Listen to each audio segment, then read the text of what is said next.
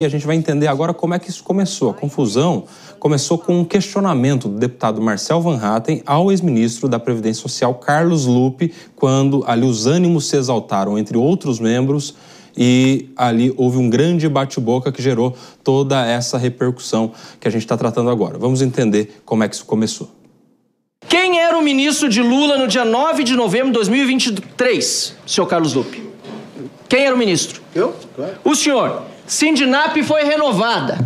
Ah, foi renovada antes. Senhor, aqui está o documento. O senhor mentiu. O senhor mentiu. Quem era o ministro dia 28 de agosto de 2024, senhor ministro? Quem era o ministro de Lula? Dia 28 de agosto de 2024. Quem era? Responda, por gentileza. Quem era o ministro de Lula? Quem era? Já respondi. Não, dia 28 de agosto de 2024 é outra pergunta. Quem era o ministro? Eu, ministro. A CONTAG teve sua CT renovada.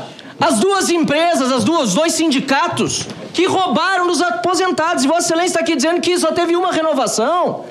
O senhor mente e cai em contradição. O senhor deve lembrar dessa foto, senão eu vou lhe refrescar a memória. Isso é de 2011. Isso é a fundação da CONTAG. Foi enquanto o senhor era ministro do Trabalho antes de ser demitido pela Dilma. Conseguiu a proeza de ser demitido pela Dilma. Pois bem, esta Conafer, se me equivoquei, corrijo, foi uma das entidades que mais roubaram sob o seu ministério. No INSS, inclusive aqui no gráfico demonstra muito bem quanto em 2023 e em 2024 foi descontado de associados pela Conafer. Agora, senhor presidente, talvez não vá causar surpresa para quem está acompanhando essa minha interrogação aqui, que do dia 9 de março de 2023, o senhor ministro esteve com uma representação da Conafer no seu gabinete, enquanto ministro Lula. E no dia 17 de março de 2023, graças à portaria que tirou a autonomia do presidente do INSS, que o senhor sempre diz, não, mas o INSS é autônomo. Aqui, foi retirada a autonomia do INSS, do presidente, para indicar diretores. O senhor aqui admitiu que é o seu chefe de gabinete que fazia as indicações. Ah, vinha lá de dentro e eu só assinava. Para mim, quem assina é responsável, para o senhor não. Quem assina é responsável pelos seus atos ou não, senhor ministro? É uma pergunta, sim ou não? Quem assina um documento é responsável... Eu vou esperar o senhor acabar todas as perguntas. Não, eu estou fazendo uma pergunta. Quem assina é responsável pelos seus atos, sim ou não? Não, eu prefiro não responder ao senhor. Não, mas é uma pergunta. É obrigado a responder. Quem assina é responsável pelos seus atos, sim ou não? Então o senhor diz que não quer responder. Não quero responder a pergunta. Senhor presidente, não é possível. Não é possível. Não vai permitir. Não, senhores. Pausa meu tempo, presidente, por gentileza. Não, senhores, a testemunha tem o direito ao silêncio quando não quiser responder.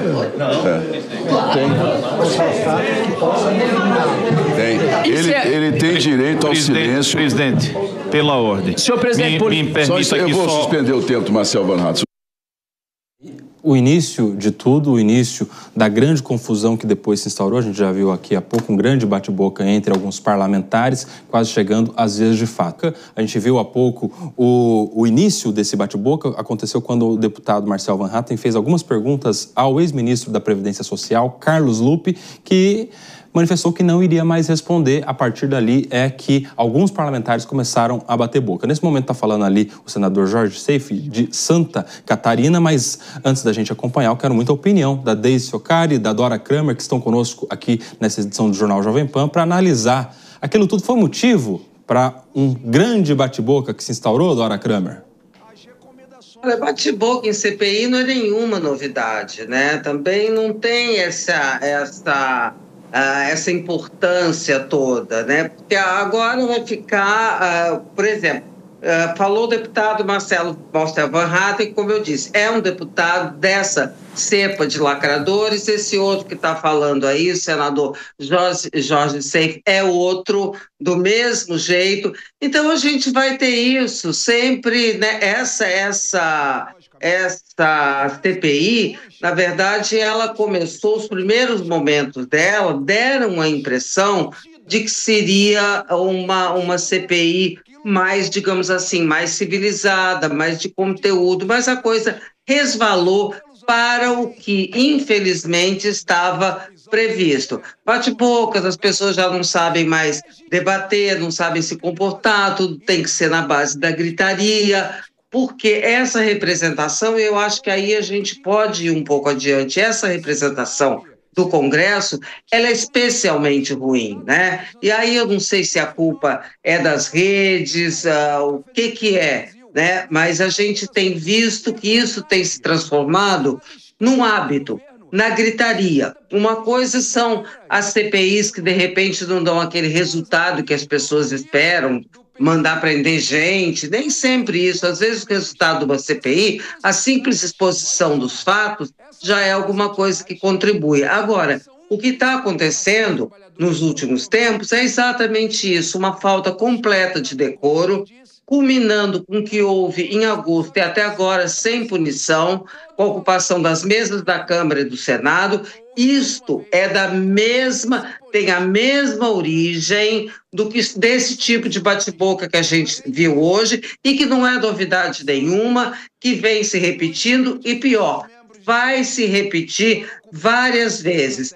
E tem também troca de sopapo, troca de empurrão, Conselho de Ética não faz o seu papel, como não fez até agora com aquela tomada, aquela rebelião, aquele motim de 6 de agosto, né? Então, isso aí funciona como uma licença para que isso que a gente acabou de ver continue acontecendo. Desde Socari. O que a gente vê aí, nós estamos observando o senador Jorge Seife já está até vermelho, né, Dora? Então, dá um indicativo de que vai mais ou menos na mesma linha ali do Marcel Van Hatten. Mas, assim, na minha opinião, isso é uma degradação do debate no espaço público, né? Quando você parte para essa gritaria, para essa confusão e não foca no que precisa focar, a gente vê uma degradação que no Brasil, infelizmente, tem sido permanente do espaço público, né? O Congresso Nacional deveria ser um exemplo para as pessoas e tem sido, na verdade, todos os exemplos do que não fazer, né? É imperdoável, na minha opinião, isso é imperdoável. O Jorge Seife deve seguir na mesma linha.